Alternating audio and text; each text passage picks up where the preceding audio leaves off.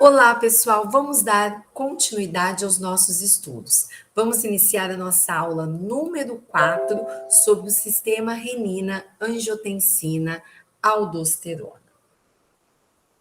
O sistema renina-angiotensina-aldosterona, ele é um poderoso mecanismo para controlar a pressão arterial. Como nós discutimos na aula passada, nós vimos que o rim, ele tem um papel fundamental no controle da pressão arterial a longo prazo. E o rim, ele tem um próprio sistema hormonal para fazer esse controle, que é o sistema renina-angiotensina-aldosterona. No entanto, para a gente poder entender como que esse sistema funciona, é preciso recordar com vocês um pouquinho sobre a anatomia do rim. Então, olha só, a gente sabe que o rim ele é constituído por néfrons. Aqui na letra A, nós temos a imagem de um néfron. Então, a gente observa a cápsula de Bowman com o seu glomérulo e os diferentes túbulos que constituem esse néfron. Se eu pegar essa região da cápsula de Bowman e ampliar, nós vamos ter essa imagem aqui em B. Então, nós temos aqui a cápsula de Bowman. No interior da cápsula de Bowman, nós temos os glomérulos, né?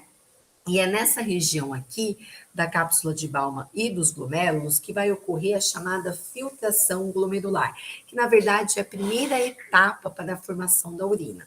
Então, nós temos aqui a arteríola aferente, que ela vem, ela se ramifica nos capilares glomerulares, e depois nós temos a formação da arteríola eferente. Entre a arteríola eferente e a arteríola aferente, nós temos um complexo de células, chamado de células justaglomerulares. E são essas células, pessoal, que vão ser importantes para a gente entender o funcionamento desse sistema, tá? Então, percebam muito bem onde essas células justaglomerulares elas estão localizadas. Bom, visto isso, vamos dar início ao sistema renina-angiotensina-aldosterona. Esse sistema, ele ocorre na forma de cascata, onde uma substância que é produzida em uma reação vai servir como enzima para uma outra reação. Então, olha só, a renina, ela é sintetizada, ela é uma enzima que ela é sintetizada e ela é armazenada de forma inativa, denominada de pró-renina nas células justaglomerulares do néfron, que são naquelas células que eu havia mostrado para vocês anteriormente. E aí, a partir disso, né, a partir dessa renina, se inicia as reações em cadeia que eu havia falado para vocês. Então, como que ocorrem essas reações em cadeia? Quando a pressão arterial ela cai, a pró-renina, que encontra-se na sua forma inativa nas células justaglomerulares, ela vai ser clivada e vai liberar a renina. A renina, ela vai ser responsável na conversão do substrato de renina, chamado de angiotensinogênio. Esse angiotensinogênio, ele é uma proteína plasmática que ela é produzida lá no fígado.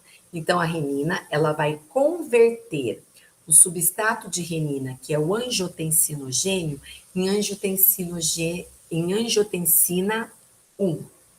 Olha novamente a cascata. A angiotensina 1, por sua vez, quando ela circula pelos pulmões, lá nos pulmões nós temos uma enzima chamada de EC, enzima conversora. Então, a angiotensina 1 vai ser convertida nos pulmões pela enzima conversora em angiotensina 2. E aí sim, é a angiotensina 2 que vai ter uma ação importantíssima para a elevação da pressão arterial. A angiotensina 2 é um potente vasoconstrictor e vai desencadear vários efeitos que vão ser responsáveis por elevar essa pressão arterial. Então, aqui nessa imagem nós temos um resumo dessas reações em cascatas. Então, vamos repetir para a gente poder entender. Então, olha só, diminui a pressão arterial, lá nas células justaglomerulares, a pró-renina vai ser clivada em renina. A renina, por sua vez, vai converter o substrato da renina, ou o angiotensinogênio, e angiotensina 1. A angiotensina 1, por ação da enzima conversora presente nos pulmões, vai se transformar em angiotensina 2. E aí sim, a angiotensina 2 vai desencadear várias respostas para que no final nós possamos ter a elevação da pressão arterial. A angiotensina 2, ela pode agir de duas formas. Uma forma mais direta, onde ela vai permitir a vasoconstricção dos vasos sanguíneos. E se vocês lembrarem, na aula passada, nós discutimos isso, né? Que quando você tem uma vasoconstricção do vaso sanguíneo, você tem uma redução do fluxo de sangue, você tem um aumento da resistência periférica desse fluxo e, consequentemente, uma elevação da pressão arterial. Então, a angiotensina 2, ela age como um potente vasoconstrictor. E a angiotensina 2, ela também vai ter uma ação mais indireta para essa elevação da pressão arterial, através da retenção renal de sal e de água. E a angiotensina 2, ela faz essa retenção, principalmente aqui na retenção de sal, através da estimulação da produção de um outro hormônio que é a aldosterona. Novamente aqui, então, nós temos, novamente nessa imagem, a gente tem esse sistema. Então, é sempre importante a gente estar repetindo para que a gente possa entender. Então, olha só, houve uma queda da pressão arterial, caiu a pressão arterial nas células justaglomerulares, a pró-renina vai ser clivada e vai liberar a renina. A renina transforma o angiotensinogênio em angiotensina 1.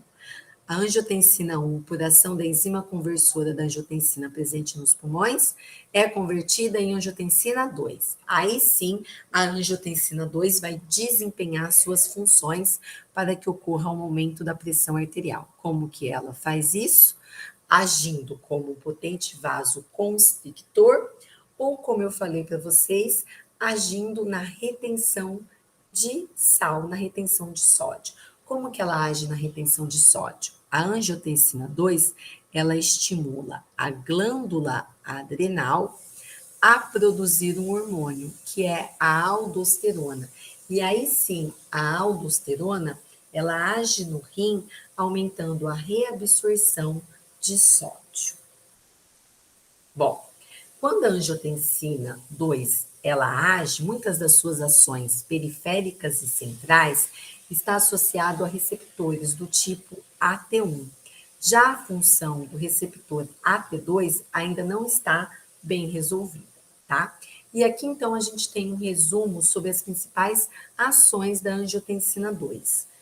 Vasoconstricção das arteríolas e com menor intensidade nas veias, ocasionando um aumento da resistência periférica total, uma diminuição da excreção tanto de água e de sal, ocasionando um aumento do volume extracelular, e se você então tem um aumento do volume extracelular, consequentemente você vai ter um aumento da pressão arterial, né?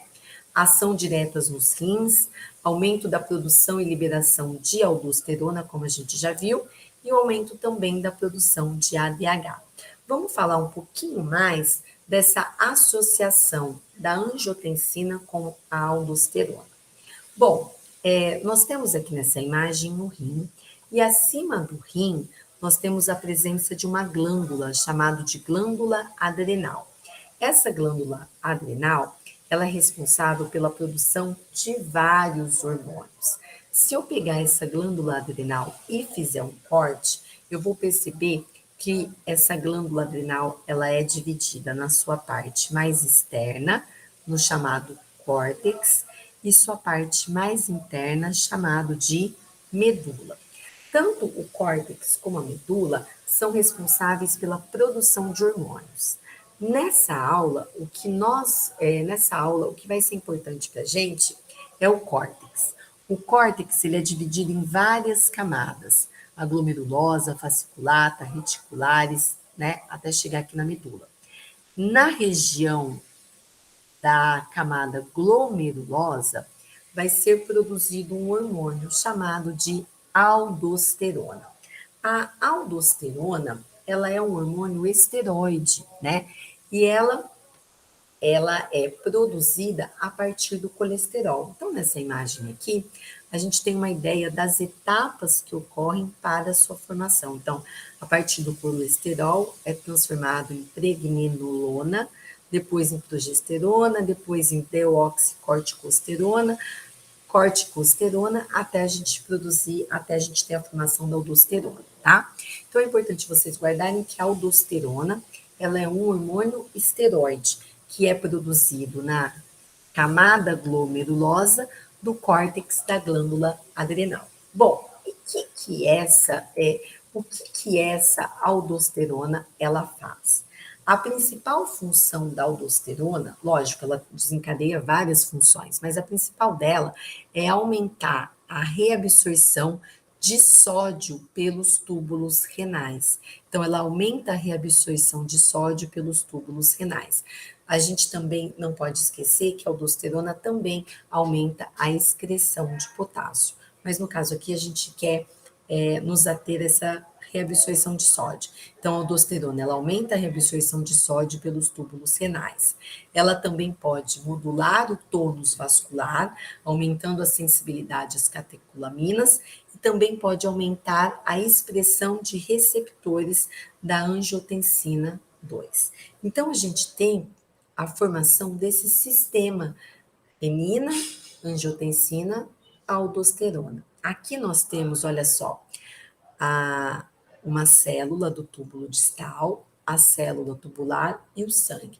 Lembra que eu expliquei para vocês que, de maneira bem simples, a reabsorção é quando você pega algo que está presente dentro dos túbulos renais e passa para o sangue. Então, o que a aldosterona ela vai fazer? Ela vai pegar o sódio que estava presente aqui no túbulo distal e vai reabsorver e vai devolver esse sódio para a corrente sanguínea. Então, ele está aumentando a reabsorção de sódio, certo? Então, vai ocasionar uma diminuição do sódio urinário.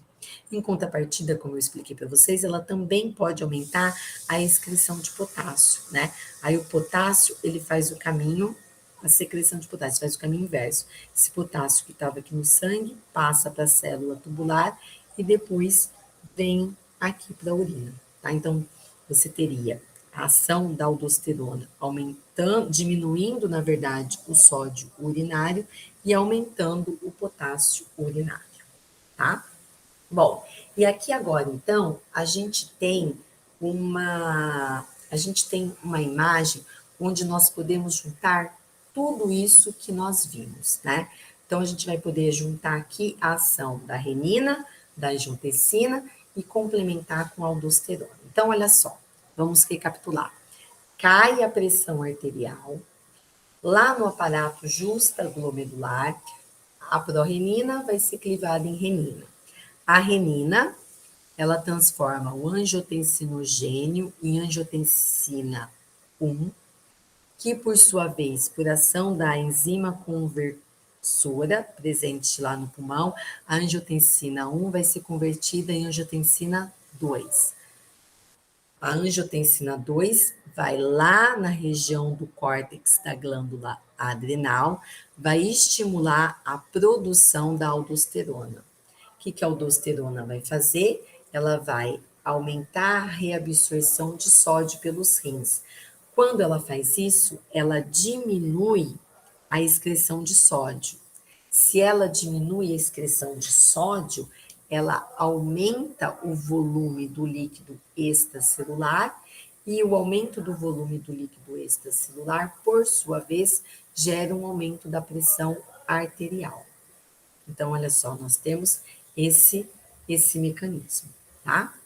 Bom, esse mecanismo de sistema renina-angiotensina, sistema renina-angiotensina-aldosterona, ele é uma das principais respostas pressoras que nós temos no nosso organismo, tá? Nesse gráfico, a gente consegue perceber essa rapidez e essa intensidade. Nós podemos observar nesse gráfico no eixo Y a pressão arterial e no eixo X o tempo em minutos. Então, vamos observar, a gente tem aqui uma pressão num valor normal aproximado de 100 milímetros por mercúrio. Quando ocorre uma hemorragia, quando ocorre uma queda da pressão, uma hemorragia, a gente tem uma queda abrupta da pressão. E agora, olha que interessante. Se não tiver o sistema renina-angiotensina, essa pressão, ela não consegue, ao longo do tempo, ela não consegue voltar para os seus valores normais. Agora, com a presença do sistema renina-angiotensina, o que acontece? Olha só, a pressão, ela é elevada, a pressão, ela vai lá em cima. Olha só, essa pressão, ela vai lá em cima. E esse aumento ocorre em pouco tempo, mostrando para vocês o efeito do sistema renina-angiotensina-aldosterona na elevação da pressão arterial. Bom, a angiotensina 2, ela desempenha outras funções. Então, aqui eu vou mostrar para vocês outras funções realizadas pela angiotensina 2. Ela age no aumento da atividade simpática, ela facilita, por exemplo, a liberação de catecolaminas adrenais, ela estimula, ela pode agir centralmente, ela estimula diversas regiões do sistema nervoso central, determinando centralmente o aumento do tônus simpático. Ela ainda pode estimular a sede, ela tem um potente efeito trófico, determinando a longo prazo hipertrofia e crescimento da musculatura lisa vascular, dentre outros. Bom, então, aqui em síntese, nós temos, né, uma imagem que mostra um resumo de tudo isso que nós falamos. Então, novamente, eu sei que vai ficando um pouquinho repetitivo, né? Mas é importante a gente repetir esse passo a passo. Então, vamos lá, olha só. Ocorreu uma diminuição da pressão arterial, o rim consegue perceber isso, as células justaglomerulares clivam, né? As células justaglomerulares fazem com que a pró-renina seja clivada em renina. Renina transforma o angiotensinogênio que é produzido, proteína plasmática produzida no fígado, em angiotensina 1. A angiotensina 1, por ação da enzima conversora presente no pulmão, é transformada em angiotensina 2. E aqui nós temos um resumo, então, de toda a ação da angiotensina 2, aumentando a atividade simpática, aumentando a reabsorção de sódio, né? Como que ela faz isso? Estimulando a glândula adrenal a produzir aldosterona, e a aldosterona vai lá e aumenta a reabsorção de sódio e aumenta a excreção de potássio. Ela ainda, como já falamos anteriormente, ela tem um poder vasoconstrictor muito grande dos vasos sanguíneos, uma vasoconstricção arteriolar, e ela ainda pode agir centralmente, estimulando a secreção de ADH. O que o ADH ele faz? Como a gente viu, ele aumenta a reabsorção de água pelos rins, fazendo com que a gente tenha a formação de uma urina concentrada. Tudo isso, né, permite uma retenção. Então, todo esse mecanismo permite uma retenção de água e sal. E aí nós temos um aumento efetivo do volume sanguíneo, certo? Então, esse é o mecanismo, né, de controle da pressão arterial, do controle osmótico, que esse sistema renina-angiotensina-aldosterona, ele permite. E aí, então, para a gente poder finalizar essa nossa conversa, a gente então conclui que o quê? Que o papel da renina-angiotensina, né, a gente conclui que a renina-angiotensina, né, posso falar, esse sistema como um todo, ele é fundamental na manutenção da pressão arterial normal.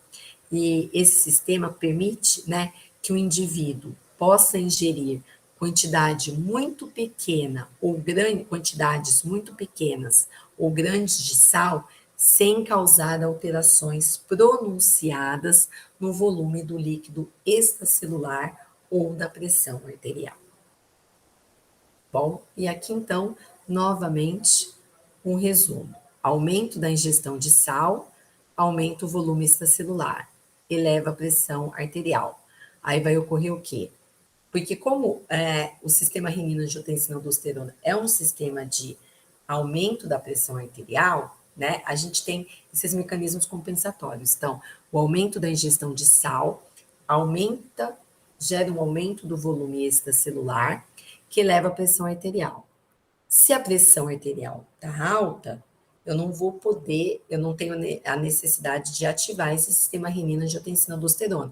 Então, eu vou ter o quê? Uma diminuição da renina e da angiotensina, uma diminuição da retenção de sal e de água, o retorno do volume extracelular a níveis quase normais, e depois o retorno da pressão arterial a valores quase normais. Então, a gente sempre vai tendo esse mecanismo de aumento e diminuição, permitindo, então, que a minha pressão arterial seja mantida nos seus valores normais. Bom, essas foram as referências utilizadas para a aula de hoje.